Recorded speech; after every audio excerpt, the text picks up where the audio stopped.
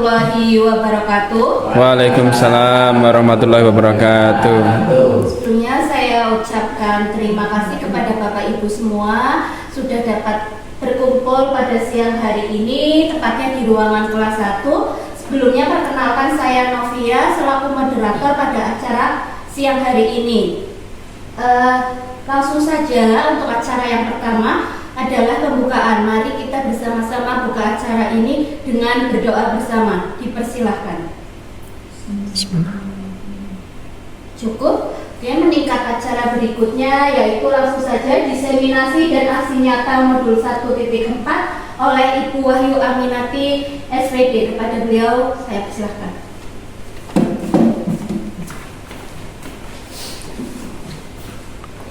Baik, Bapak Ibu, Assalamualaikum warahmatullahi wabarakatuh. Waalaikumsalam warahmatullahi wabarakatuh. Yang terhormat Ibu Risna Nurida, Kepala SD Negeri Kebundung. Yang saya hormati Bapak Ibu Guru peserta diseminasi dan aksi nyata modul 1.4. Senantiasa kita panjatkan puji syukur kehadirat Allah Subhanahu wa Ta'ala yang telah melimpahkan nikmat dan karunia-Nya sehingga pada kesempatan siang hari ini kita dapat mengikuti kegiatan diseminasi dan aksi nyata modul 1.4 tentang budaya positif. Salawat serta salam senantiasa kita curahkan kepada Nabi Muhammad SAW yang menjadi motivator kita insya Allah hingga akhir zaman. Bapak Ibu yang berbahagia, pada kesempatan siang hari ini saya Wahyu Aminati CGP Angkatan 11 akan melakukan aksi nyata untuk diseminasi budaya positif modul 1.4 yang sudah saya pelajari kurang lebih selama 2 bulan mengikuti CGP. Langsung saja Bapak Ibu, terkait budaya positif di sekolah. Budaya positif ini diawali dari sebuah filosofi pemikiran Ki Hajar Dewantoro. Kita tahu bahwa Ki Hajar Dewantoro adalah salah satu tokoh pendidikan yang ada di Indonesia yang namanya melegenda hingga dijadikan sebuah peringatan. Namanya adalah Hari Pendidikan Nasional. Nah, itu berawal dari pemikiran-pemikiran Ki Hajar Dewantoro. Filosofi pendidikan Ki Hajar Dewantoro yang sampai saat ini masih relevan dan diterapkan dalam pendidikan, yaitu yang pertama, pendidikan sebagai tuntunan. Kemudian yang kedua, kodrat alam dan kodrat zaman. Yang ketiga, guru diibaratkan sebagai petani. Yang keempat, prinsip bukaan tabula rasa. Yang kelima, budi pekerti. Dan yang terakhir adalah berhamba kepada anak atau murid kita. Bapak Ibu yang berbahagia, selama kurang lebih saya mengikuti program pendidikan guru penggerak, ada banyak hal yang saya pelajari. Dan yang saya pelajari itu tidak pernah saya dapatkan di bangku pendidikan kuliah dan harus diimplementasikan dalam kegiatan belajar mengajar di sekolah. Salah satunya adalah nilai dan peran guru penggerak. Jadi sebagai seorang guru penggerak diharapkan memiliki nilai-nilai yang luhur. Yang pertama adalah nilai mandiri. Diharapkan sebagai seorang guru penggerak kami mandiri di sini dalam artian kami bisa mandiri dalam kegiatan pembelajaran yang ada di kelas. Kemudian kita juga harus berkolaboratif bersama dengan anak-anak, kemudian berkolaboratif dengan Bapak Ibu guru, kolaboratif dengan orang tua siswa untuk mewujudkan pembelajaran yang berpihak kepada murid. Kemudian nilai reflektif, kemudian berpihak kepada murid, dan yang tidak kalah pentingnya sebagai seorang guru penggerak adalah inovatif. Inovatif di sini tidak hanya inovatif dalam hal pembelajaran saja, namun juga inovatif dalam program-program yang harus digerakkan di sekolah. Selanjutnya, peran guru penggerak. Nah, selain kita harus memiliki nilai-nilai guru penggerak, sebagai seorang guru penggerak, kami juga dituntut untuk memiliki peran dan tanggung jawab sebagai seorang guru penggerak. Peran guru penggerak yang pertama adalah menjadi pemimpin pembelajaran. Tentu saja menjadi pemimpin pembelajaran ini harus kita lakukan setiap hari di kelas kita, kemudian kita lakukan juga di sekolah. Kemudian yang kedua, menjadi coach bagi guru lain. Nah, kegiatan kita kali ini di Kombel Senandung ini merupakan salah satu dari praktik peran guru penggerak, yaitu saling berbagi dengan teman satu sekolah untuk mendapatkan umpan balik yang positif terkait kegiatan-kegiatan yang ada di sekolah dan program-program yang mendukung kegiatan di sekolah. Kemudian yang ketiga, kami juga dituntut untuk mendorong kolaborasi. Kolaborasi di sini kami dituntut untuk bersama-sama berkolaborasi, bekerja sama dengan komite sekolah, orang tua siswa, bapak ibu guru dan seluruh warga yang ada di sekolah.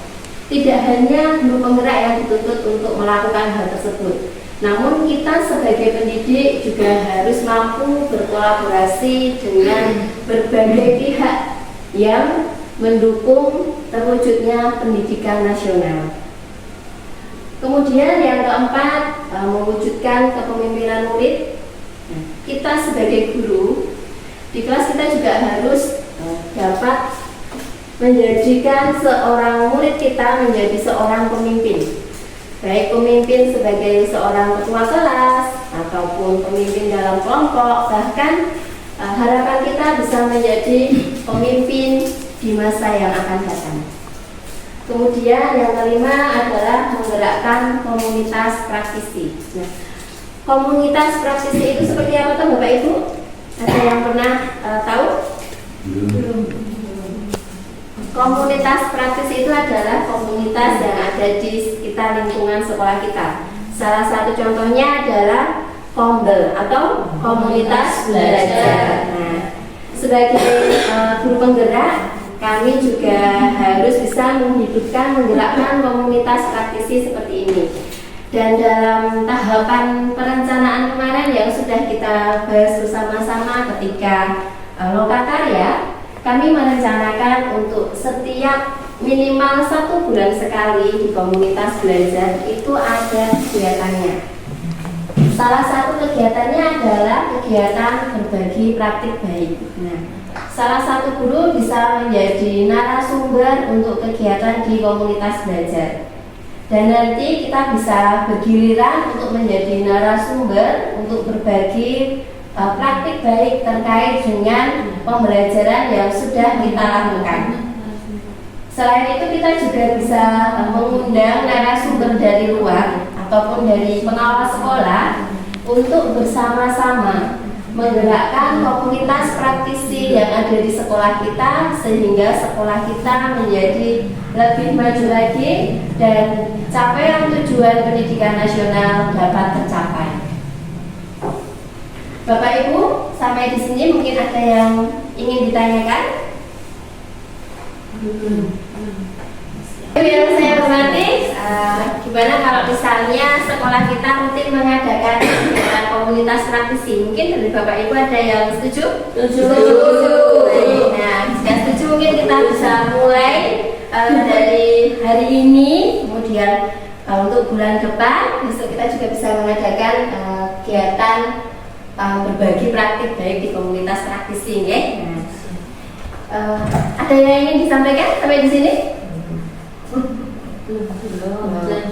Baik, dilanjutkan ya. Selamat datang Ibu. Mohon maaf sudah kami mulai terlebih dahulu ya.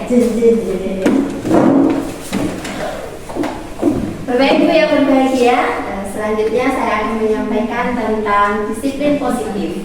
Nah, Bapak Ibu pernah mendengar kata disiplin positif? Sudah ada yang pernah mendengar atau mempraktikkan disiplin positif? Sudah. Apa disiplin positif baca. Ya, itu menerapkan disiplin positif itu anak-anak supaya anak-anak selalu bertanggung jawab. Misalnya anak-anak harus berpakaian setiap hari Senin Selasa berpakaian rapi, pakai seragam sesuai dengan aturan gitu. Baik, nah itu salah satu penerapan disiplin positif ya Bu. Nah, tapi sebenarnya apa tuh disiplin positif itu? Nah, mungkin ada yang melengkapi dari Bapak Ibu? Oke, nah jadi disiplin positif di sini itu merupakan sebuah cara nih Bapak Ibu, sebuah cara penerapan disiplin yang mengajarkan anak untuk bertanggung jawab dan menumbuhkan kesadaran diri berdasarkan nilai-nilai kebajikan disiplin positif ke arah yang lebih baik. Nah, contohnya seperti apa? Tadi sudah disampaikan oleh Bu Risna, katanya dengan anak-anak menggunakan seragam Ibu. Nah, itu juga merupakan salah satu penerapan disiplin positif. Nah, disiplin positif di sini ini dapat mengontrol diri dalam melakukan segala tindakan. Jadi ketika kita memiliki sifat disiplin positif, segala tindakan kita itu dapat kita kontrol. Nah, kemudian dari disiplin diri ini dapat membuat murid menjadi memahami dan menyadari berdasarkan motivasi internal. Jadi motivasi yang muncul dari dalam diri siswa. Nah, bukan lagi motivasi yang berasal dari luar atau motivasi eksternal. Nah, dari motivasi internal ini menjadikan anak itu menjadi semakin bertanggung jawab dan tidak ada paksaan, dan dia juga tidak mengharapkan sebuah ujian dari orang lain. Nah, jadi sudah muncul dari dalam diri sendiri untuk melakukan disiplin tadi, seperti menggunakan seragam. Nah, awalnya kan memang paksaan ya Bapak Ibu. Nah, karena anak sekolah harus berseragam. Nah, karena dari awalan paksaan tersebut, lama-kelamaan akan muncul motivasi dari dalam dirinya bahwa oh ternyata menggunakan seragam itu penting. Nah, seperti itu Bapak Ibu. Kemudian motivasi perilaku manusia. Jadi kita sebagai manusia ini, sebagai makhluk dari Allah ini, tentunya kita memiliki motivasi-motivasi tersendiri, motivasi khusus dalam melakukan sesuatu. Menurut Diane Gosden dalam bukunya Restructuring School Discipline menyatakan ada 3 alasan motivasi perilaku manusia. Yang pertama adalah untuk menghindari ketidaknyamanan atau hukuman. Jadi dicontohkan oleh Ibu tadi adalah penggunaan seragam. Nah, di awal mereka masih berpikir ketika saya tidak menggunakan seragam, saya tidak menggunakan sepatu sesuai aturan sekolah, saya akan mendapatkan hukuman. Jadi saya akan menggunakan seragam agar tidak mendapat hukuman. Untuk menghindari. Kemudian motivasi yang kedua adalah untuk mendapatkan imbalan atau penghargaan dari orang lain. Nah, jadi ketika misalnya saya harus mendapatkan nilai tinggi nih. Nah, nilai tinggi di kelas untuk apa? Oh, biar nanti Bu Guru akan memberikan saya reward. Bisa pujian, bisa berupa barang. Nah, ternyata untuk motivasi nomor 1 dan nomor 2 ini masih merupakan motivasi yang muncul dari dalam, bukan dari dalam sini, muncul dari luar atau eksternal. Nah, kemudian Diane Gosden juga menyebutkan yang ketiga, untuk menjadi orang yang mereka inginkan dan menghargai diri sendiri dengan nilai-nilai yang mereka percaya. Karena motivasi yang ketiga ini muncul dari dalam diri seorang anak, jika sudah muncul motivasi dari dalam diri, dia akan merasa bahwa oh, saya menggunakan seragam itu adalah bentuk tanggung jawab saya, bukan karena saya akan mendapatkan reward atau saya akan dihukum ketika tidak menggunakan seragam. Nah, ternyata karena dia ingin menghargai dirinya sendiri sebagai seorang yang disiplin tadi. Nah, saat guru dapat memahami motivasi perilaku manusia, maka guru dapat memilah motivasi perilaku apa yang ada pada diri murid. Ketika anak-anak kita belajar itu, motivasinya dapat kita lihat. Oh, apakah anak ini belajar hanya karena disuruh oleh orang tua? Atau apakah mereka belajar ini hanya untuk mendapatkan nilai? Setelah dipelajari lebih lanjut, oh ternyata anak ini belajar karena anak tersebut ingin menghargai dirinya. Dia ingin pandai, dia ingin bertanggung jawab, dia ingin berguna untuk masa depannya. Karena motivasi yang muncul itu sudah motivasi dari dalam diri, maka untuk motivasi yang pertama dan yang kedua itu sudah lewat, sudah tidak digunakan lagi. Sehingga ketika anak itu sudah mendapatkan motivasi dari dalam diri, untuk proses belajarnya, prestasinya itu nanti akan otomatis berjalan sesuai dengan harapan yang diharapkan oleh guru. Tapi ketika motivasi itu masih muncul dari luar, nah kita sebagai guru pun akan lebih sulit untuk mengarahkan. Jadi tugasnya kita sebagai guru adalah membangun motivasi intrinsik dari diri siswa untuk mengikuti kegiatan pembelajaran agar mencapai tujuan pembelajaran yang sesungguhnya. Dan anak bisa belajar dengan bahagia di sekolah. Kemudian apabila murid memiliki motivasi perilaku untuk menghindari ketidaknyamanan atau hukuman dan untuk mendapatkan imbalan atau penghargaan, nah seperti yang sudah saya sebutkan tadi, itu adalah motivasi yang berasal dari luar atau eksternal. Nah sehingga kita sebagai guru kita tetap harus memupuk agar siswa itu mendapatkan motivasi internal. Nah, ketika motivasi internal itu sudah muncul, maka dia dapat menghargai dirinya sendiri dan dengan nilai-nilai yang mereka percaya, mereka akan menjadi siswa yang lebih bertanggung jawab.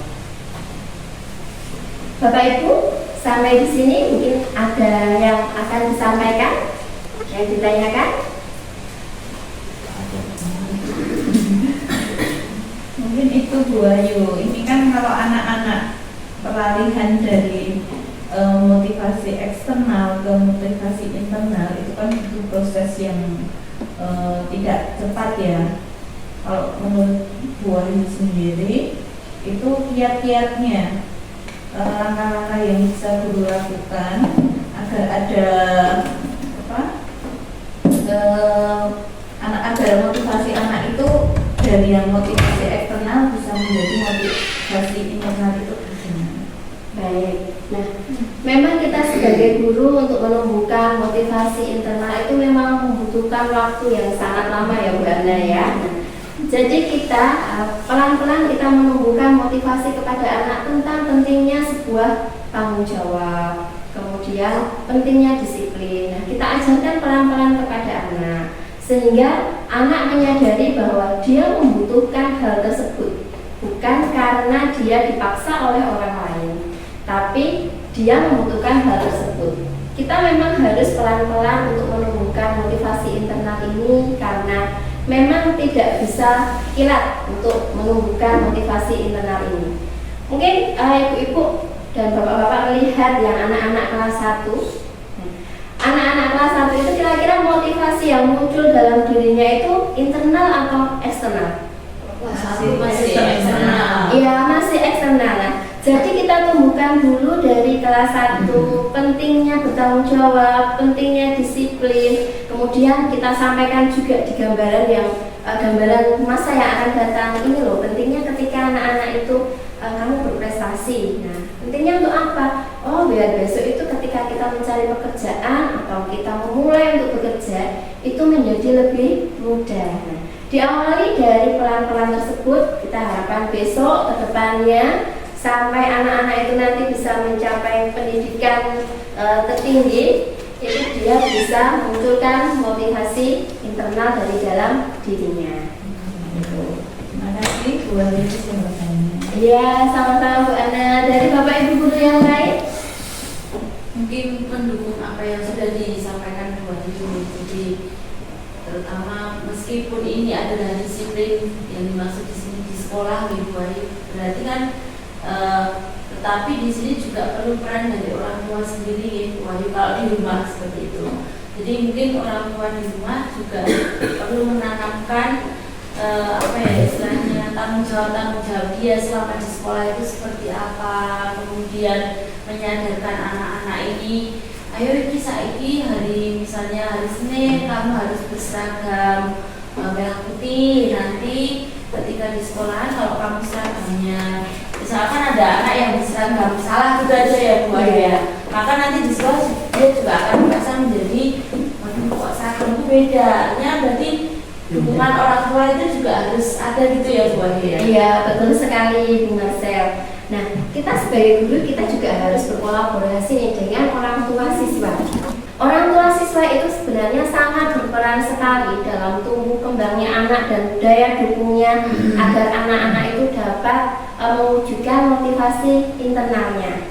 Nah, mungkin kita bisa mengadakan kegiatan parenting dengan orang tua siswa. Bisa kegiatannya bisa 1 bulan sekali atau 2 bulan sekali atau 3 bulan sekali untuk mempererat kerjasama kita dengan orang tua sehingga kita dapat membangun motivasi-motivasi internal itu juga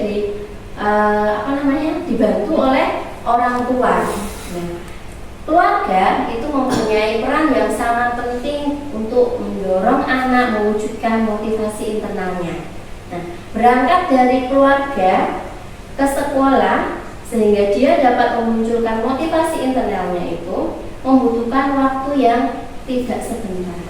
Nah, kita juga harus memberikan pengertian kepada orang tua tentang pentingnya motivasi internal untuk mendukung tumbuh kembangnya anak dan pendidikan anak di sekolah. Terima kasih Bu Marcel, tadi sudah nambahin. Kita lanjutkan ya Bapak Ibu. Nah, kemudian kita akan menyampaikan tentang kebutuhan dasar manusia. Nah, kita sebagai manusia pasti memiliki kebutuhan-kebutuhan yang harus kita penuhi. Nah, seluruh tindakan manusia memiliki tujuan tertentu. Semua yang kita lakukan adalah usaha terbaik dari kita untuk mendapatkan apa yang kita inginkan. Ketika kita mendapatkan apa yang kita inginkan, sebetulnya saat itu kita sedang memenuhi salah satu atau lebih dari kebutuhan dasar kita sebagai manusia. Kebutuhan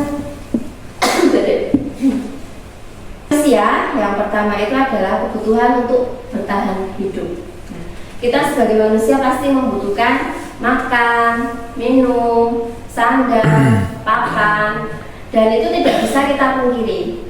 Dan anak-anak didik kita pun juga membutuhkan hal tersebut. Kemudian juga butuh yang nomor 2 adalah cinta dan kasih sayang. Nah, cinta dan kasih sayang dari orang tua dan peserta didik kita itu sangat kita butuhkan agar anak di sekolah itu juga merasa bahwa berangkat dari anak yang dicintai di rumah, dia juga akan memiliki sikap mencintai di sekolah, utamanya mencintai dirinya sendiri dan orang yang ada di sekitarnya. Kemudian kita sebagai manusia juga butuh kebebasan. Siapa sih yang tidak butuh kebebasan? Kebebasan berpendapat itu juga dibutuhkan. Betul apa tidak? Iya, betul. Nah, kemudian kita juga butuh yang namanya kesenangan. Nah, tidak hanya kita memenuhi kebutuhan pokok saja, tapi kita juga butuh yang namanya kesenangan. Nah, seperti kita piknik itu kita memenuhi kebutuhan kita yang mana? Kesenangan toh? Nah, kesenangan. Nah, lihat Shopee itu juga butuh yang kesenangan ya. Shopee. Iya. Kemudian kita juga butuh yang namanya kebutuhan kekuasaan. Nah, kekuasaan ini dalam artian bukan berarti kita menguasai segalanya ya Bapak Ibu, tapi kita bisa menguasai hal-hal yang kita inginkan, yang kita butuhkan. Nah, dari kebutuhan ini, jika seorang murid itu melakukan suatu perbuatan yang bertentangan dengan nilai-nilai kebajikan, misalnya anak itu melanggar aturan yang sudah disepakati bersama di sekolah, berarti ketika ada murid kita yang melanggar, itu berarti mereka gagal memenuhi kebutuhan dasar mereka. Nah, bisa saja karena mereka melanggar itu karena di rumah tidak mendapatkan cinta dan kasih sayang dari orang tua. Nah, anak-anak yang suka mencari perhatian dan cari permasalahan di sekolah, sini ada apa tidak? Tidak ada, satu dua ada. Nah, 1, 2 ada. Nah, di kelas atas ya Bapak Ibu. Nah, itu bisa saja dikarenakan salah satu yang disebutkan di sini, kebutuhan dasar cinta dan kasih sayangnya di rumah tidak terpenuhi dari orang tua, maka anak tersebut mencari perhatian di sekolah. Nah, kemudian ketika anak-anak itu di sini merasa anak-anak itu bebas, apa-apa bisa, pokoknya pengen sebebas-bebasnya. Nah, itu bisa saja terjadi karena di rumah anak tersebut dikekang oleh orang tuanya sehingga dia tidak bebas berekspresi. Nah, gitu.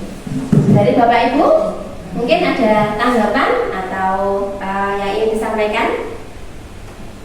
Mungkin yang lain terkait dengan kebutuhan dasar manusia.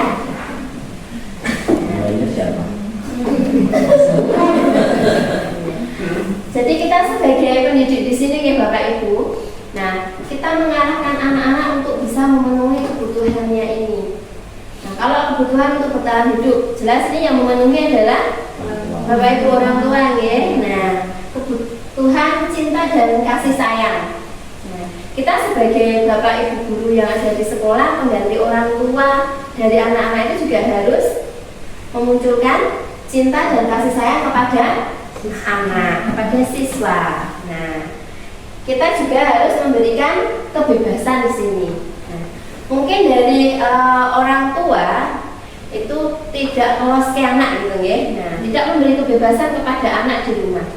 Nah, kita sebagai orang tua yang ada di sekolahan, kita bisa memberikan kebebasan kepada anak-anak kita. Namun dengan catatan kebebasan yang kita berikan itu adalah kebebasan yang ada arah dan tujuannya. Seperti tadi disampaikan ada dia bebas untuk berekspresi, tapi dalam hal yang positif ya. Seperti tadi saya lihat di pojok musola itu anak-anak dengan semangatnya berekspresi, nyanyi, kemudian mukul-mukul gamelan seperti itu ya. Nah itu merupakan salah satu kebebasan yang kita berikan biar anak-anak itu berekspresi sesuai dengan keinginannya. Nah, kemudian kita juga bisa memberikan kesenangan tidak Bapak Ibu? Bisa. Caranya seperti apa di sekolah memberikan kesenangan? Ya, mengajak anak belajar sambil bermain yang fun. Oke, mengajak anak belajar dan bermain dengan fun sehingga anak-anak itu merasa senang ya. Nah, ice breaking di kelas itu juga penting nggak Bapak Ibu? Penting. Nah, itu juga merupakan dari bagian kesenangan. Kemudian anak-anak juga diberikan kekuasaan juga ya. Kita mendidik anak-anak kita untuk menjadi seorang pemimpin, bisa pemimpin kelas yang dia diberikan kekuasaan oleh kita untuk menjalankan kegiatan-kegiatan tugasan yang ada di kelas, seperti memimpin ketika berdoa. Nah, itu kita juga yang bisa memberikan kesempatan. Ini Bapak Ibu, ada yang ingin disampaikan terlebih dahulu Bapak Ibu sampai di sini? Belum. Lanjut ya Bapak Ibu. Nah, di sini kita akan mempelajari posisi kontrol kita sebagai guru ya Bapak Ibu. Nah, jadi kita sebagai guru ini memiliki posisi kontrol di mana yang ada kasus harus kita selesaikan dan kita sebagai seorang pengontrol ini ya. Nah, ada 5 posisi kontrol kita sebagai guru. Yang pertama adalah sebagai penghukum, kemudian pembuat rasa bersalah, kemudian sebagai teman, kemudian sebagai pemantau, dan yang terakhir adalah sebagai manajer. Kira-kira dari kelima posisi kontrol ini, Bapak Ibu bisa menebak ya? Kira-kira posisi kita yang paling baik ada di posisi yang mana? Posisi menuju teman. teman. Oke. Ada lagi? Manajer. Oke. Sebagai apa lagi? Penghukum mungkin? Ada tidak? Nah, dari kelima posisi kontrol ini, yang pertama adalah posisi penghukum. Seorang guru yang memiliki posisi kontrol sebagai penghukum ini biasanya dia akan menghukum siswanya ketika siswanya itu melakukan sebuah kesalahan. Soalnya dia terlambat. Kamu terlambat, maka kamu tidak menaati peraturan yang ada di sekolah. Maka kamu dihukum untuk lari mengelilingi lapangan. Nah, sebenarnya berfaedah tidak Bapak Ibu? Tidak. Nah, tapi pernah dipraktikkan tidak Bapak Ibu? Tidak pernah ya? Pernah Pak Iqbal? Itu berfaedah, itu melatih apa ya, kesehatan kita. Melatih kesehatan. Oke. Tapi posisi penghukum ini sebenarnya juga kurang baik ya Bapak Ibu. Ya. Nah, ini sebenarnya tidak boleh kita lakukan. Kenapa kita tidak boleh melakukan? Karena ketika kita memberi hukuman kepada anak, yang muncul itu bukan anak itu merasa harus bertanggung jawab dan memperbaiki kesalahan, tapi bisa saja anak tersebut malah menjadi dendam kepada kita. Nah, mungkin dari Bapak Ibu pernah punya pengalaman yang seperti itu, anaknya jadi dendam dan nggak mau belajar. Ada tidak? Nah, tidak ada. Ini mungkin lebih banyak kasus di SMP atau SMA nih Bapak Ibu. Kalau di anak-anak kita masih bisa kita tandani lah gitu ya. Kemudian yang kedua adalah membuat rasa bersalah. Nah, ini bisa dilakukan oleh Bapak Ibu di kelas. Misalnya, kebetulan guru kelas 1 adalah saya, tapi saya sedang ada tugas di luar. Kemudian Bu Novi nih yang menggantikan saya di kelas. Nah, anak-anak di kelas ini rame banget. Nah, kemudian Bu Novi bilang, kalian nggak kasihan apa sama Bu Novi? Bu Novi udah menemani kalian belajar loh. Nanti kalau Bu Novi dimarahi Bu Wahyu gara-gara kalian rame gimana? Nah, posisi seperti itu juga sebenarnya kurang baik ya Bapak Ibu. Karena apa? Membuat anak berpikir bahwa dia ini adalah anak yang salah sama gurunya salah. Nah, itu juga tidak boleh kita lakukan. Nah, kemudian sebagai teman, nah sudah mulai meningkat nih Bapak Ibu. Kalau membuat rasa bersalah kasihan ya anaknya, jadi dia tidak memunculkan rasa tanggung jawab, tapi dia hanya memunculkan rasa saya bersalah. Nah, kemudian sebagai teman, nah sebagai teman ini boleh kita sebagai guru itu sebagai teman dari anak-anak, tapi ingat ada batasannya. Ketika tidak ada batasannya, anak-anak kita itu akan menjadi anak yang calonnya melunjak gitu ya. Nah, tidak menghargai kita lagi. Nah, boleh kita sebagai temannya dari anak-anak, tapi kita memposisikan diri juga bahwa kita adalah guru dari anak-anak tersebut. Nah, kemudian yang terakhir adalah sebagai pemantau. Ya, kita hanya mengamati anak-anak tersebut, kemudian tidak bisa memberikan solusi yang lebih. Kemudian yang terakhir adalah posisi kita adalah sebagai manajer. Nah, manajer ini adalah posisi yang bisa dikatakan posisi yang paling baik dari 5 posisi tersebut. Kenapa bisa dikatakan paling baik? Nah, kira-kira kenapa? Nah, posisi manajer ini kita menyampaikan kepada peserta didik kita, misalnya anak didik kita datang terlambat ya tadi. Nah, kita udari dulu permasalahannya, kenapa anak tersebut bisa terlambat. Kita tanyakan dulu, kenapa kok kamu hari ini terlambat. Terus kira-kira ketika kamu terlambat itu kamu melanggar apa? Nah, seperti itu. Ketika sudah kita tanyakan kamu melanggar apa, terus kita tanyakan, terus agar kamu besok tidak terlambat, kamu melakukan apa? Sehingga jawaban-jawaban itu muncul dari dalam diri anak, bukan dari kita. Nah, jadi dia anak itu sudah mulai muncul bahwa dia harus seperti ini, harus bertanggung jawab atas tindakannya. Nah, dan Bapak Ibu yang selanjutnya, nah ini dia. Tadi kenapa saya katakan bagus ya? Nah, Guru berbuat sesuatu bersama murid, mempersilahkan murid mempertanggungjawabkan perilakunya dan mendukung murid untuk menemukan solusi atau permasalahannya sendiri.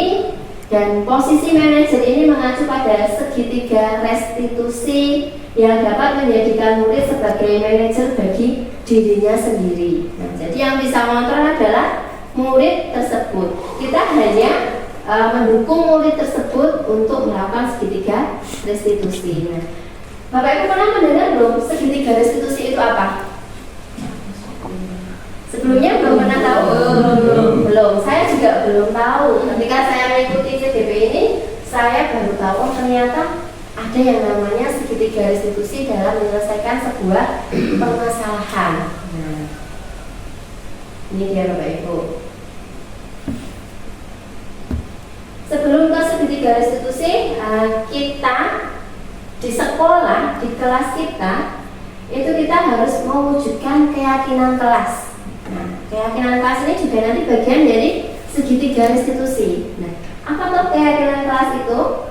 Nah, keyakinan kelas ini adalah salah satu budaya positif yang perlu diciptakan dan disepakati oleh satu warga sekolah ataupun satu kelas gitu Bapak Ibu. Nah, dalam membuat keyakinan-keyakinan atau prinsip-prinsip dasar bersama di antara para warga kelas untuk mendapatkan nilai-nilai kebajikan yang disepakati bersama. Nah, di kelas 1 saya membuat sebuah keyakinan kelas. Nah, karena nanti keyakinan kelas. Keyakinan kelas itu kalau di kelas 1 saya tempel di sebelah sini ya Bapak Ibu.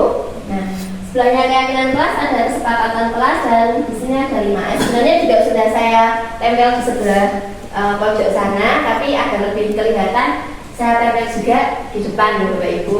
Nah, sebagai seorang pendidik kita sebaiknya membuat yang namanya keyakinan kelas. Ini kita menggali dari anak-anak didik kita. Kita sepakati bersama. Yang pertama, keyakinan kelas hendaknya bersifat lebih abstrak. Okay. Kemudian yang kedua, keyakinan kelas dituliskan berupa pertanyaan-pertanyaan yang universal. Kemudian yang ketiga, pernyataan keyakinan kelas senantiasa dibuat dalam bentuk yang positif.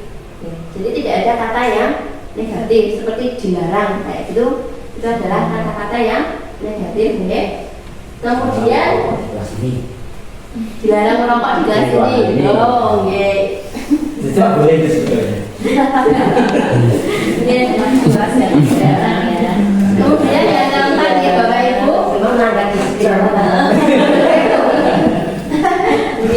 yang keempat adalah keyakinan kelas hendaknya tidak terlalu banyak sehingga mudah diingat dan dipahami oleh semua warga kelas. Kemudian yang kelima, keyakinan kelas sebaiknya sesuatu yang dapat diterapkan di lingkungan sesuai dengan kondisinya. Yang keenam, semua warga kelas hendaknya ikut berkontribusi dalam pembuatan keyakinan kelas lewat kegiatan curah pendapat. Dan yang ketujuh, bersedia meninjau kembali keyakinan kelas dari waktu ke waktu. Untuk kelas 1 sendiri nih Bapak Ibu. Nah, jadi saya sebelum diseminasi ini di awal tahun ajaran, saya dan anak-anak sudah berusaha untuk membuat yang namanya kesepakatan kelas dan keyakinan kelas. Nah, ini kita sepakati bersama, kita taati bersama, dan apabila nanti ada yang melanggar, nah anak tersebut kita kembalikan lagi apa sih yang anak-anak langgar? Melanggar keyakinan kita yang mana? Melanggar kesepakatan kita yang mana? Nah, sehingga nanti kalau anak-anak sudah mengetahui, oh saya ternyata melanggar salah satu kesepakatan yang kita buat, maka anak tersebut tahu konsekuensinya harus melakukan apa. Jadi konsekuensi itu bukan saya atau Bapak Ibu sebagai guru yang menentukan, tapi anak tersebut yang sudah mulai berpikir bahwa saya melanggar, saya tahu konsekuensinya. Nah, sesuai dengan kesepakatan yang sudah disepakati bersama. Kesepakatan ini di kelas 1 saya buat ringkas. Sebagai contohnya ya Bapak Ibu, di sini kehadiran. Nah, siswa hadir tepat waktu untuk setiap sesi di kelas, misalnya di pelajaran agama, itu juga anak-anak dimohon untuk hadir tepat waktu. Kemudian partisipasi. Nah, di sini saya menuliskan dan siswa juga menyepakati bahwa semua siswa untuk aktif di setiap kegiatan pembelajaran. Nah, mungkin bisa saya tanyakan kepada Pak Guru PJOK ini. Nah, anak-anak saya gimana Bapak Ibu?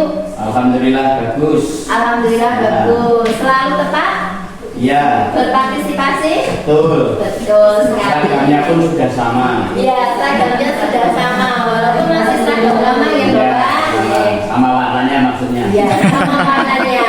Iya.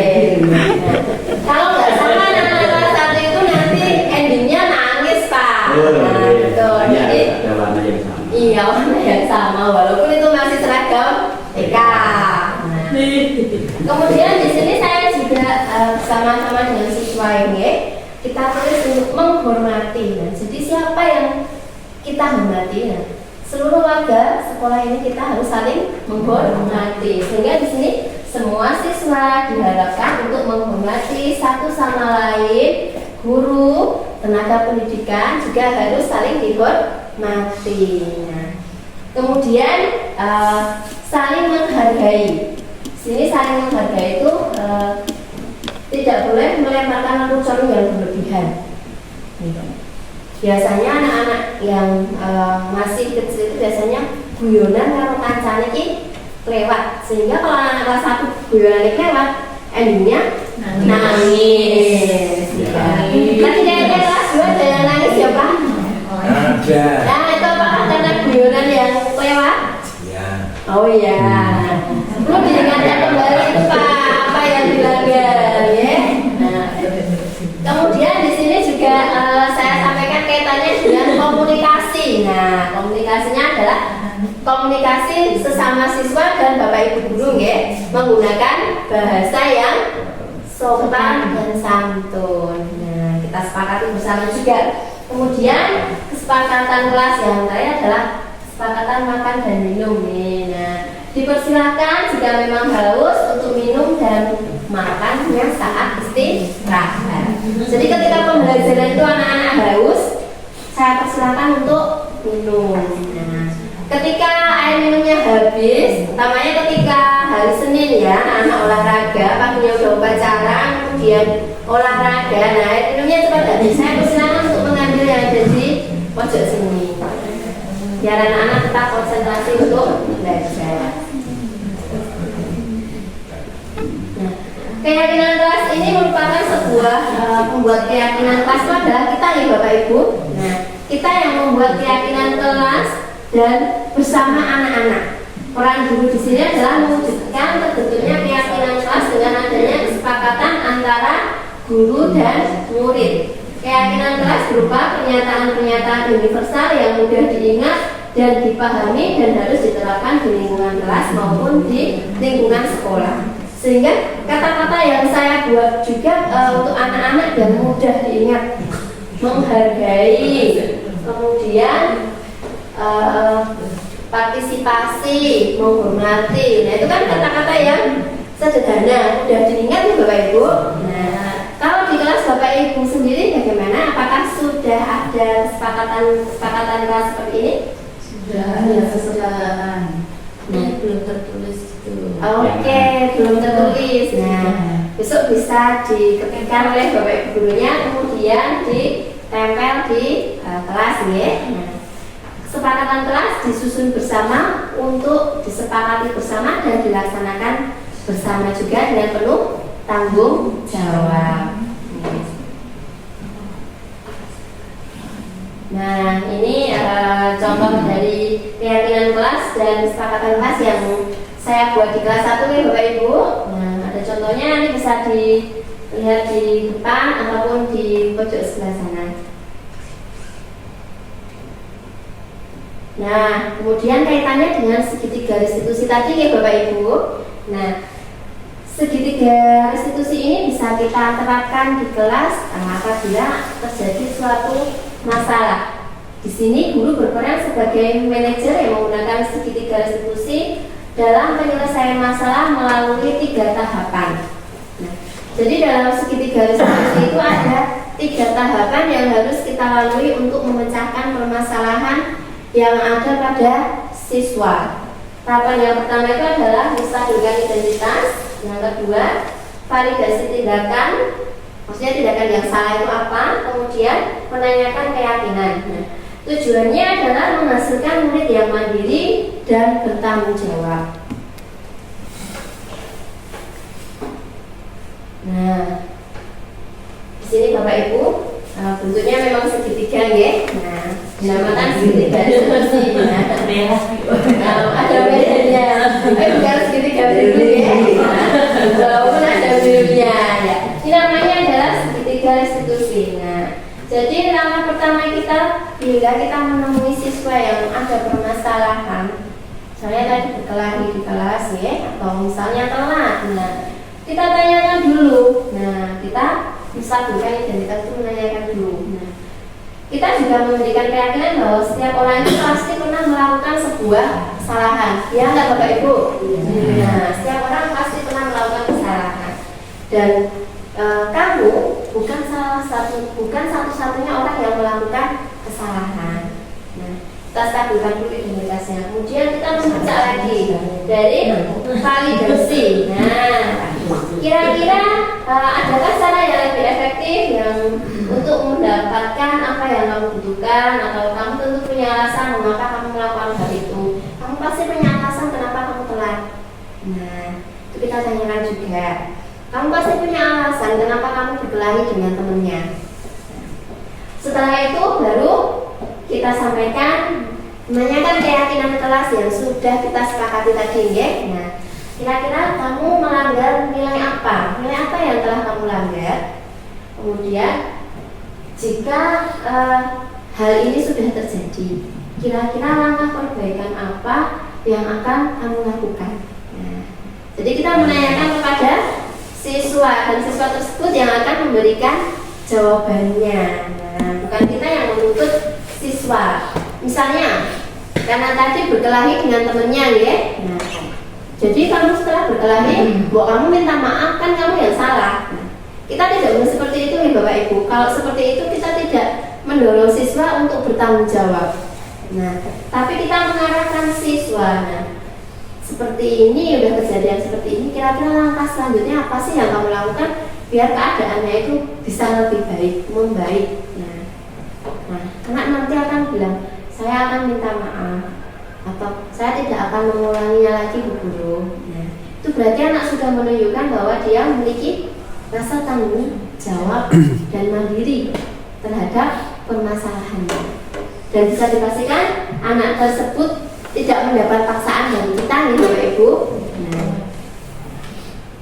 Nah, untuk segitiga restitusi ini dari Bapak Ibu mungkin ada yang ingin ditanyakan dulu.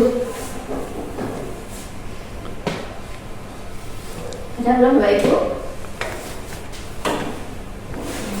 Belum ya? Oke, kita lanjutkan ya Bapak Ibu.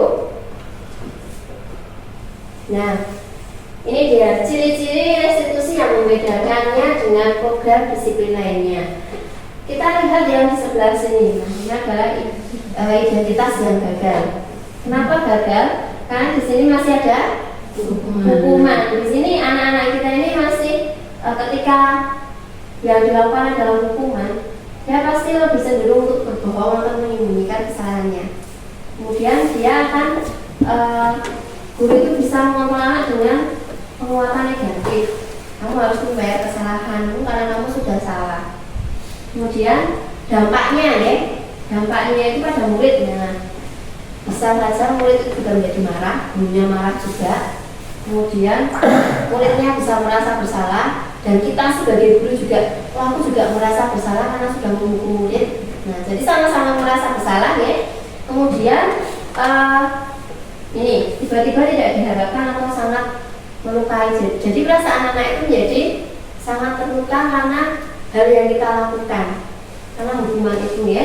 Kemudian menyakitkan guru menjalani konsekuensi dengan menyalahkan, mengkritik, menyindir, dan merendahkan anak. Jadi kita juga memiliki rasa bersalah ya Bapak Ibu kalau kita menghukum anak, mengkritik anak. Nah, sebaiknya seperti apa? Nah, seperti dari tas yang sukses itu nggih Bapak Ibu, disiplin. Jadi ada konsekuensi, ada tindakan restitusinya. Ketika yang pertama, tindakannya adalah hukuman ya, murid atau anak belajar menyembunyikan kesalahannya. Kemudian di konsekuensinya, konsekuensi dari hukuman ini kan anak menjadi taat peraturan. Nah, ketika menggunakan segitiga restitusi, nah anak itu belajar untuk memecahkan masalah sendiri. Jadi dia menjadi taat peraturan itu bukan karena hukuman, tapi karena dia bisa mengontrol dirinya dan dia merasa bertanggung jawab. Nah, seperti itu. Sama halnya dengan mencoba mengontrol anak dengan penguatan negatif. Penguatan negatif ini biasanya kita yang melakukannya. Tapi semoga ke depan kita tidak melakukan hal ini ya. Kalau kemarin sudah pernah melakukan, ya besok kita perbaiki. Nah, ketika guru itu mencoba mengontrol anak dengan penguatan positif, ini masih bisa dilakukan. Nah, tapi akan lebih baiknya lagi jika anak paham bahwa dirinya sendiri yang memegang kendali kontrol dirinya. Kalau di sini kan masih ada peran kita ya Bapak Ibu. Nah, tapi kalau di restitusi itu anak yang mengontrol. Nah, ini dari Bapak Ibu kan dari sampaikan kalau restitusi itu susah sekali untuk diwujudkan karena anak belum bisa untuk mengontrol dirinya, oke? Nah, kemarin saya juga berpikiran seperti itu di kelas 1. Nah, tapi ternyata tidak. Ketika kita menanyakan kepada anak pelan-pelan, kita tanyakan dulu kenapa bisa kejadian seperti ini, kemudian apa yang melatar belakangi, kemudian kira-kira apa yang harus kamu lakukan. Nah, ternyata di situ anak sudah mulai berpikir untuk bertanggung jawab. Nah, teruskan ya Bapak Ibu. Nah, kemarin saya juga sudah melakukan praktik segitiga restitusi dengan anak-anak kelas 6 ya. Nah, di sini saya menyampaikan sebuah kasus. Nah, ini nama yang sebenarnya, namun orangnya tidak sebenarnya ya. Nah, di sini kasus yang pertama itu adalah Yuvina, seorang siswa kelas 6 di SD Negeri Kebundung, selalu mendapatkan nilai tertinggi di kelasnya. Ada tidak di kelas Bapak Ibu yang selalu mendapatkan nilai tertinggi? Ada nih pastinya. Itu. Nah, dia ketika ulangan matematika selalu mendapatkan nilai 100. Dan ada temannya yang bernama Iman mendapatkan nilai 50. Saat istirahat, Yuvina menghampiri Ima dan menanyakan nilai matematika yang diperoleh Ima. Dengan nada sombong, Yuvina berkata kepada Ima, "Kamu nggak pernah belajar ya? Kok nilai kamu selalu jelek?" Boleh nggak anak itu mengatakan seperti itu kepada temannya? Nggak boleh, menyakiti gitu Bapak Ibu. Nah, terus Imanya jawab, "Tadi malam aku belajar, namun aku belum paham materinya dan tidak ada yang membimbingku di rumah." Ternyata Ima ini juga ada permasalahan. Ini permasalahannya di mana? Di rumah. Nah, ibumu tidak bisa mengajari kamu ya, sehingga kamu selalu mendapatkan nilai jelek. Ejek Yuvina temennya. Nah, ini yang diejek tidak hanya anaknya ya, temennya ya, tapi juga ibunya. Nah, ini kasus sekali ini ya. Nah, Ima pun menangis dan berlari ke pojok sekolah. Kemudian Bu Ayu mengetahui hal tersebut, lalu usai pulang sekolah, Bu Ayu mengajak Yuvina untuk berdiskusi. Nah, kita diskusikan apa sih permasalahannya, kok bisa ada temennya yang nangis. Kira-kira Bu Ayu mengajak diskusinya dengan Yuvina saja atau bersama Ima atau Ima saja? Tidak. Oke, kita lihat tadi kasus yang pertama ya. Nah, kasus yang kedua ini, adalah pertengkaran kecil sebenarnya. Nah, Salma bertengkar dengan Safira karena masalah pensil. Sebenarnya masalahnya simpel banget nih Bapak Ibu, pensil. Nah, Salma menggunakan pensil Safira, padahal Safira juga akan menggunakan pensil tersebut. Mereka berebut di kelas hingga Salma menangis. Sebagai guru kelas, terutama yang kelas bawah, Bu Ayu mengajak Salma dan Safira berdiskusi untuk menyelesaikan permasalahan yang terjadi. Nah, kalau yang kasus 2 ini kira-kira Bu Ayu ngajak dua-duanya apa hanya satu anak saja? Dua-duanya. Kalau yang pertama tadi? 3. Satu-satu. Satu. Iya. Baik. Kita saksikan dulu segitiga diskusi yang sudah dilakukan ya.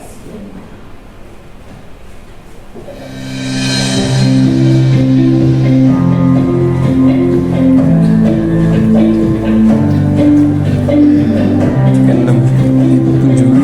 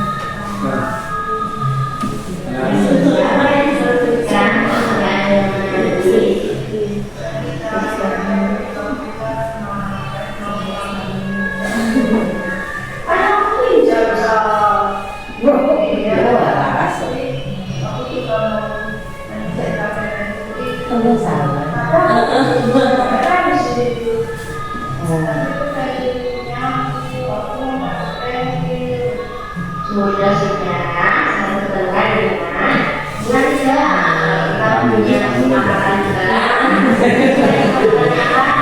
Menjiwai.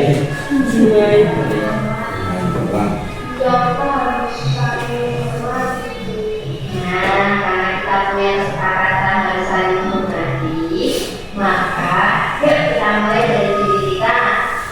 Sebenarnya siapa sih yang punya anak itu? Kok sampai dibentukkan? Punyanya sama. Oh iya. Yang sama punya sambilan. Punya sambilan. Nah, terus tadi sudah diperhatikan hasilnya ya. Kira-kira biar tidak terulang kejadian yang sama dengan hasil seperti itu. Apa hal yang anak-anak lakukan? Oh iya betul. Nggak sama besok bawa pensil sendiri-sendiri ya. Nah, biar tidak berbeda tadi. Nah, kan tadi sudah tersedia diferensi yang kira-kira untuk perbedaan itu antara yang tidak kita yang disampaikan. Kira-kira kalian akan melakukan apa?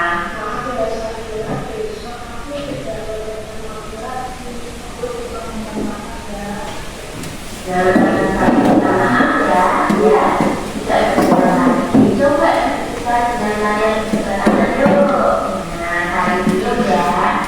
Nah, itu jangan sebentar lagi ya. Ya, oke. Masalah ini sudah dibuat saya. Sesuai kesepakatan tadi, kalian nanti akan membawa hasil sendiri-sendiri dan tidak bertiga ya. Nah, sampai ada yang lain lagi ya. Oke, sekarang boleh pulang.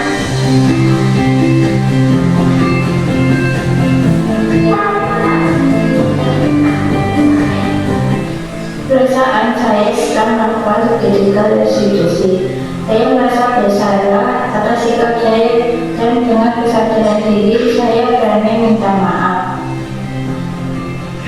Perasaan saya setelah melakukan digital restitusi, saya merasa lega, merasa senang. Saya minta maaf dari hati tanpa paksaan dari guru. Baik Bapak Ibu, terima kasih sudah menyaksikan video yang kemarin kita buat bersama anak-anak ini. Bapak Ibu, terima kasih Ibu Marcel yang sudah membantu dalam pengambilan video tersebut. Dengan penayangan video ini, nyata materi presentasi saya juga sudah berakhir. Sebelum kami akhiri, dari Bapak Ibu mungkin ada pertanyaan, tanggapan atau masukan dari kegiatan hari ini, monggo kami silakan. Boleh. Yang membedakan kasus 1 dan kasus 2, kenapa yang kasus pertama hanya 1 yang dipanggil dan kasus yang kedua keduanya? Baik. Yang membedakan ya kasus yang pertama tadi. Karena perasaan saya setelah melakukan Nah, kasus yang pertama ini yang dipanggil sama Bu Wahyu hanya 1 orang saja. Kalau kita praktekkan dalam kehidupan sehari-hari ya, kalau yang Iman ikut kita panggil, kira-kira dia akan menangis enggak? Dengan kondisi dia diejek, dan yang diejek tidak hanya dirinya tapi ibunya, sehingga Bu Wahyu hanya memanggil Yuvina saja. Nah, karena Bu Wahyu ingin Yuvina ini ada kesadaran diri. Nah, kita tidak ingin si Ima ini nanti akan nangis ketika bareng-bareng kita panggil. Nah, dia akan merasa paling down ya di sini, nah, dan orang tuanya juga dihina. Jadi kita ingin Yuvina ini bisa menyelesaikan kasusnya tanpa kita memanggil Ima. Sedangkan di kasus yang kedua, kita panggil keduanya ya. Nah, kasus 2 kita panggil keduanya karena mereka berebut. Nah, kalau berebut itu berarti ada yang diperebutkan loh. Nah, kita cari akar permasalahannya apa, sehingga dua-duanya kita panggil, kemudian kita ajak untuk berdiskusi. Saling itu. Gimana Bu Novi? Berarti untuk yang kasus pertama kan Ima juga ada masalah di rumah. Iya. Karena baiknya dari guru atau dari pihak sekolah ada tindak lanjut tidak? Kalau untuk kasus dia berarti kasus internal di dalam dirinya Ima gitu ya. Nah, sebaiknya kita hanya memberikan seperti arahan untuk menyelesaikan, tapi kita tidak bisa memberikan solusi kamu harus seperti ini ya. Biar dia bisa menyelesaikan permasalahannya sendiri, karena itu berkaitan dengan kasus yang ada di dalam dirinya yang ada di rumah. Nah, kita sebagai guru juga kayaknya tidak sopan ya kalau kita mengulik terlalu dalam permasalahan atau kasus-kasus anak kita yang ada di rumah. Nah, sebaiknya anak kita dorong untuk bisa menyelesaikan permasalahannya sendiri dengan mandiri dan penuh tanggung jawab. Gitu. Dari Bapak Ibu yang lainnya? Kalau menyambung dari Bu Novi tadi, Bu Wahyu, memang saya ya gimana ya? Kalau yang dipanggil hanya satu, yang satu kan termasuk sudah terkenal luka hatinya. Bagaimana bisa membalut luka hati yang sudah terkenal? Maka harus ada semacam pemupukan agar dia itu menghilangkan rasa sakit hatinya tadi, kemudian menjadi lebih mandiri lagi, tidak melupakan apa yang sudah terjadi. Baik, ya memang karena ini dari kasus ini kelihatan sakit hati banget ya tadi ya Mas Ima itu. Nah, di sini kita mengajak Yovina itu untuk dia bisa juga memotivasi temannya tadi karena sudah diajak ya. Nah, kita juga mengajak Yovina untuk bisa memperbaiki keadaan. Bagaimana caranya biar dia itu juga bisa memperbaiki temannya yang sudah dia lukai gitu loh.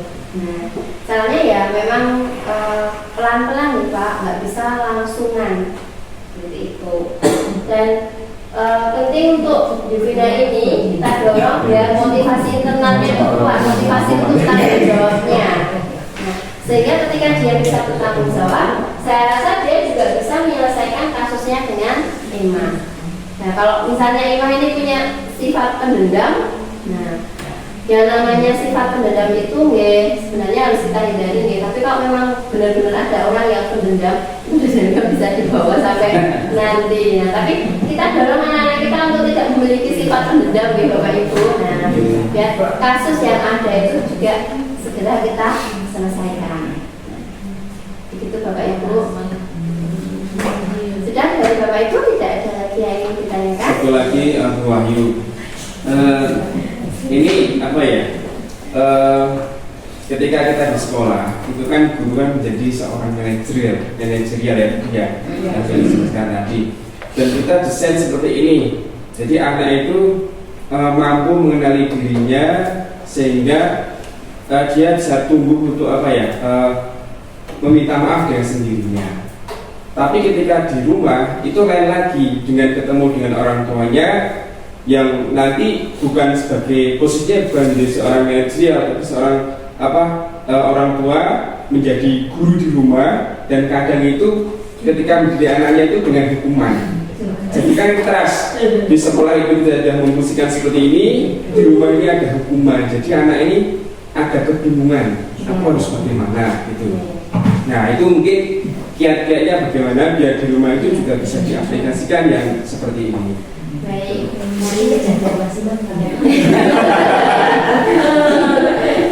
di sini peran kita sebagai seorang guru salah satunya tadi adalah berkolaborasi. Nah, berarti kita juga harus menyampaikan hal-hal yang seperti ini, seperti yang sudah saya sampaikan itu kepada orang tuanya, sehingga nanti di sekolah sudah dipraktekkan seperti ini, di rumah juga dipraktekkan seperti ini, jadi nyambung gitu loh. Kalau misalnya seperti itu tadi ya memang benar, anaknya akan bingung. Di sekolah saya diajarin untuk bertanggung jawab, tapi kalau di rumah saya malah dihukum sama orang tuanya, gitu ya. Nah, sehingga kita juga perlu memahamkan kepada orang tua bagaimana caranya untuk menyelesaikan kasus-kasus anak yang ada di rumah. Biasanya anak di rumah ngeyel sama orang tuanya, gitu. Nah, kita ajarkan juga seperti itu dengan memunculkan motivasi dalam dirinya sehingga dia muncul rasa tanggung jawab. Nah, kegiatan parenting mungkin menjadi salah satu alternatif kegiatan untuk menyamakan persepsi antara guru dengan orang tua. Itu Pak Iman. Nanti bisa kita coba. Ya, terima kasih Bu Wahyu. Oke, sama-sama. Sudah cukup Bapak Ibu? Sudah. Tentunya Bapak Ibu yang dapat saya sampaikan tentunya banyak sekali kesalahan dan kekurangan dalam saya menyampaikan materi. Untuk itu saya mohon maaf yang sebesar-besarnya.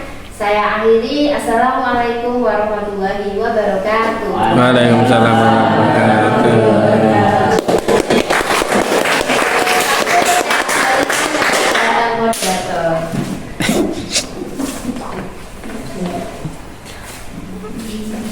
Ya, sekali lagi kita beri tepuk tangan yang meriah.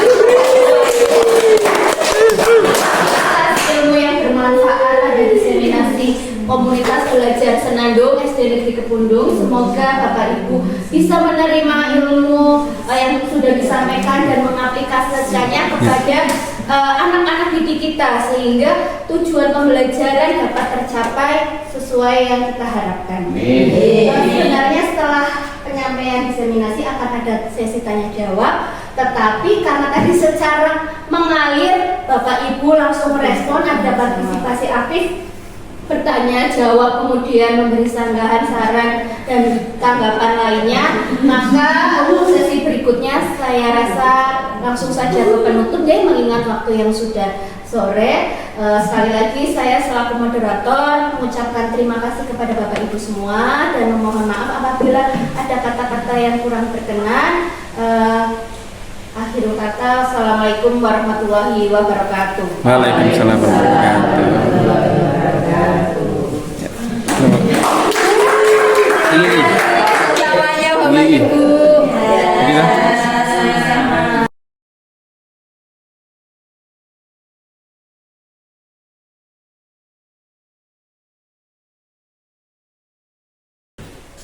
Selamat pagi anak-anak. Pagi. Ya, assalamualaikum warahmatullahi wabarakatuh. Waalaikumsalam warahmatullahi wabarakatuh. Gimana kabarnya? Baik. Alhamdulillah sudah sarapan semua? Sudah. Sudah ya sampai pagi juga ya? Sudah. Tadi sebelum Bu Wahyu masuk ke kelas ini ada salah satu siswa yang datangnya terlambat. Nah, berarti siswa tersebut sepertinya melanggar keyakinan dan kesepakatan dari kelas siswa tersebut ya. Nah, kalau di kelas ini apakah ada yang melanggar kesepakatan? Tidak. Kita masih mempertahankan kesepakatan kita yang kemarin atau kira-kira kita buat lagi ya? Kita buat lagi aja? Iya. Oke, masih ingat nggak kesepakatan kelas kemarin itu apa saja yang sudah kita buat? Saling. Oh iya, saling menghormati, terus berpartisipasi dalam tepat waktu. Tadi sudah datang tepat waktu semua? Sudah. Kemudian apa lagi? Berpakaian rapi. Berpakaian rapi. Kita coba cek pakaian kita sudah rapi semua belum? Sudah. Sudah ya. Kira-kira dari kesepakatan kelas kita ini apakah ada yang perlu diperbaiki, perlu kita revisi lagi? Ada. Oh ada masukan dari anak-anak biar lebih baik lagi. Oke, kita akan meninjau ulang lagi kesepakatan kelas kita. Kita akan berunding lagi untuk menentukan kesepakatan belajar kita. Baik, Bu Wahyu akan membagikan post-it. Nanti silakan anak-anak tuliskan kesepakatan kelas kita yang baru, keyakinan kelas kita yang baru, yang menurut anak-anak anggap itu penting untuk kita sepakati bersama. Siap? Siap. Iya, sama-sama. Iya, sama-sama. Iya. Sama-sama. Boleh langsung dituliskan. Sama-sama. Sama-sama.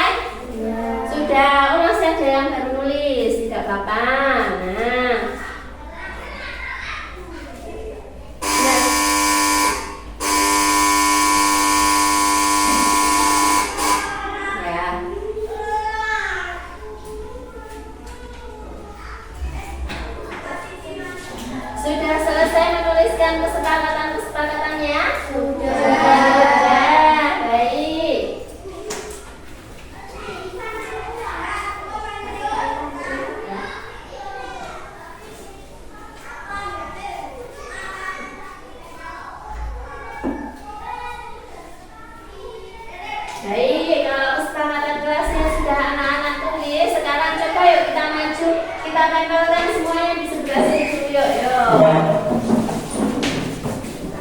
Oke, tempel dulu. Oke. Di bawahnya saja, di bawahnya aja ada buah yang mudah nanti angkatannya ya. Oke.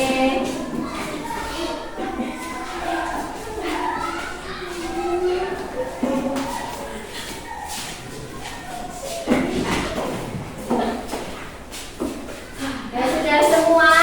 Sudah. Oke. Nah, buah yang akan membacakan dan akan mengkategorikannya ke dalam nilai-nilai yang lebih spesifik, yang universal ya. Nih, kita mulai dulu di sini. Datang tepat waktu. Setuju nggak? Setuju. Kemudian, ya harusnya ada saling menghormati. Setuju tidak? Setuju. Oke. Ada lagi nih. Datang tepat waktu. Setiap pagi datang tepat waktu. Mulai taruh sini ya. Oke. Kemudian ada saling menghormati lagi. Nah, ada lagi boleh minum secukupnya. Makan harus tepat waktu ya. Oke. Ada temennya nggak ini ya? Oke, ini makan harus saat istirahat ya. Ini juga ada makan di saat istirahat. Oke, kemudian boleh minum secukupnya. Oke. Nah, ini masih ada dua. Berpartisipasi aktif di kelas. Oke. Berpakaian rapi. Ada tidak? Oh, ada ya. Oke, ada. 1, 2, 3, 4, 5. Ada 5 kategori. Nah, kira-kira kita sepakati apa tidak ya? Coba. Yang pertama, datang tepat waktu. Nah, gimana? Setuju tidak? Setuju.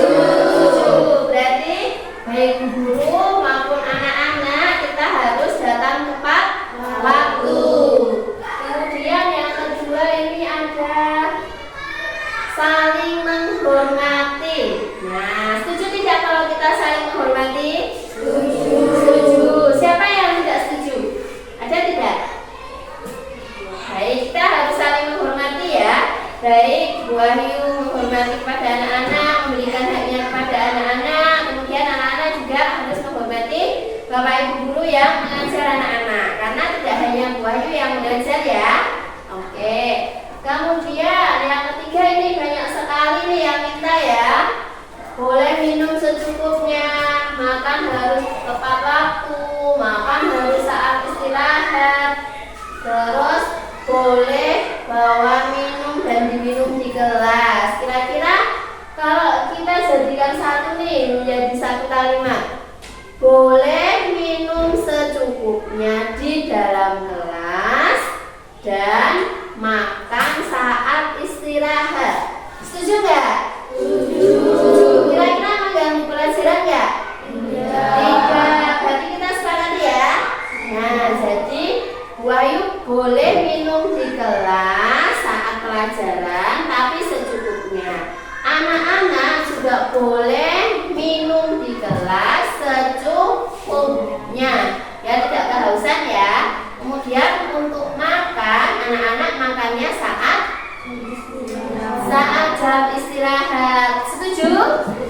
Oke, setuju. Kemudian nih, berpartisipasi di kelas. Setuju apa tidak? Setuju. Nah, jadi ketika nanti ada kegiatan diskusi, anak-anak harus saling berpartisipasi aktif ya, nanti mendapatkan nilai juga. Bu Wahyu juga berpartisipasi aktif. Nah, nanti ketika ada anak-anak yang bertanya, Bu Wahyu langsung datang ke anak tersebut atau ke kelompok tersebut. Bisa disetujui? Bisa. Kemudian yang terakhir, berpakaian rapi. Nah ini untuk kita semuanya ya, berpakaiannya rapi sesuai dengan peraturan penggunaan seragam. Kalau misalnya hari Senin dan hari Selasa, anak mengenakan pakaian apa? Merah putih. Karena hari Senin ada upacara, maka harus memakai atributnya secara lengkap, mulai dari atas apa? Topi, dasi, sapu atau ikat pinggang, terus sepatu dan berkaos kaki putih. Kita setujui? Setuju. Nah, jadi pada hari ini kita sudah merumuskan ada 5 kesepakatan yang harus kita laksanakan bersama di kelas. Nah, mulai dari datang tepat waktu, saling menghormati, boleh minum secukupnya dan makan saat istirahat, berpartisipasi aktif, berpakaian rapi. Kira-kira dibandingkan dengan kesepakatan kelas kita yang kemarin dan hari ini, apakah ada perbedaan? Ada. Nah, kalau kemarin tidak ada ini ya, boleh minum secukupnya, tapi hari ini kita revisi lagi sehingga hari ini memunculkan kesepakatan baru, yaitu boleh minum secukupnya. Baik, kita sepakati bersama ya. Tidak ada yang keberatan ya? Tidak. Kita sepakati dan kita laksanakan mulai hari ini. Baik, terima kasih. Yuk kita mulai pelajaran seperti biasanya. Yuk, bukunya silakan dibuka dulu, dipersiapkan.